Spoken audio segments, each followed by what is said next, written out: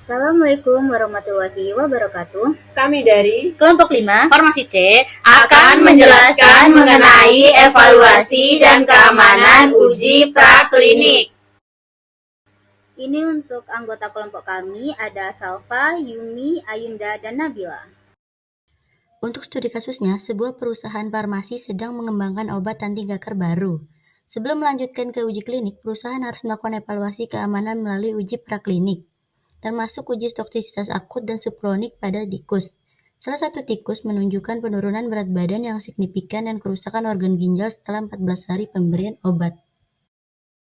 Pertanyaan nomor 1, apa yang harus dilakukan oleh peneliti untuk mengevaluasi lebih lanjut toksisitas obat tersebut? Untuk evaluasi lebih lanjut mengenai toksisitas, pertama tujuan uji menilai potensi suatu zat atau sediaan menyebabkan atau mempercepat pembentukan tumor setelah penjanaan jangka panjang pada organisme uji. Kedua, ada kapan uji diperlukan? Diperlukan untuk bahan yang diperkirakan akan dipaparkan jangka panjang pada manusia. Ketiga, desain umum memakai hewan uji seperti tikus atau mencit dengan beberapa kelompok dosis dan satu kelompok kontrol.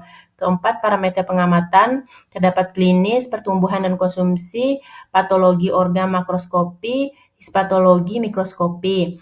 Yang kelima, terdapat analisis data dan interpretasi, perbandingan insiden tumor, konsistensi temuan, misal lokasi jaringan plus jenis tumor. Yang keenam, ada kualitas good laboratorium practice, GLP, dan etika. Uji harus dilakukan sesuai dengan standar mutu laboratorium. Yang terakhir, laporan dan dokumentasi. Protokol uji harus dijelaskan mencantumkan tujuan, justifikasi dosis, jumlah hewan, rute, dan durasi paparan, parameter yang diukur, metode statistik. Pertanyaan nomor 2, apa yang dimaksud dengan NOAEL dan bagaimana menentukan dosis awal yang aman untuk uji klinik? NOAEL atau No Observed Adverse Effect Level adalah dosis tertinggi dalam studi toksisitas non-klinikal di mana tidak ditemukan efek samping yang merugikan terhadap hewan uji. Dengan kata lain, NOAEL adalah dosis tertinggi yang tidak menimbulkan perubahan yang dianggap merugikan kesejahteraan atau fungsi normal organisme uji.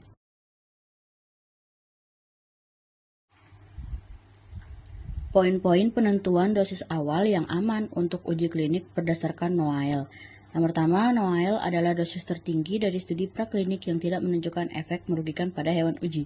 Yang kedua, dosis NOAEL digunakan sebagai dasar untuk menghitung dosis ekuivalen manusia dengan faktor penskalaan interspesies yang memperhitungkan perbedaan fisiologis.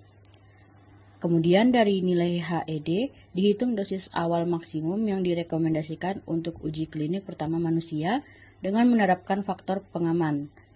Dan yang terakhir, faktor pengaman diperlukan untuk menjaga margin keamanan karena perbedaan respon biologis antara hewan dan manusia.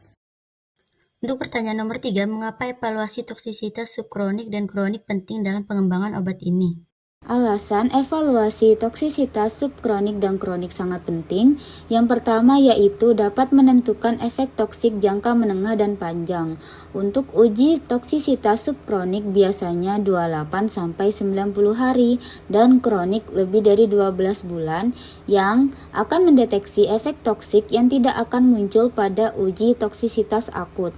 Lalu yang kedua yaitu dapat menentukan NOAEL atau No Observed Adverse Effect Level yang akan menentukan dosis tertinggi yang tidak menimbulkan efek toksik pada hewan uji. Lalu yang ketiga ada mempelajari efek kumulatif dan reversibilitas.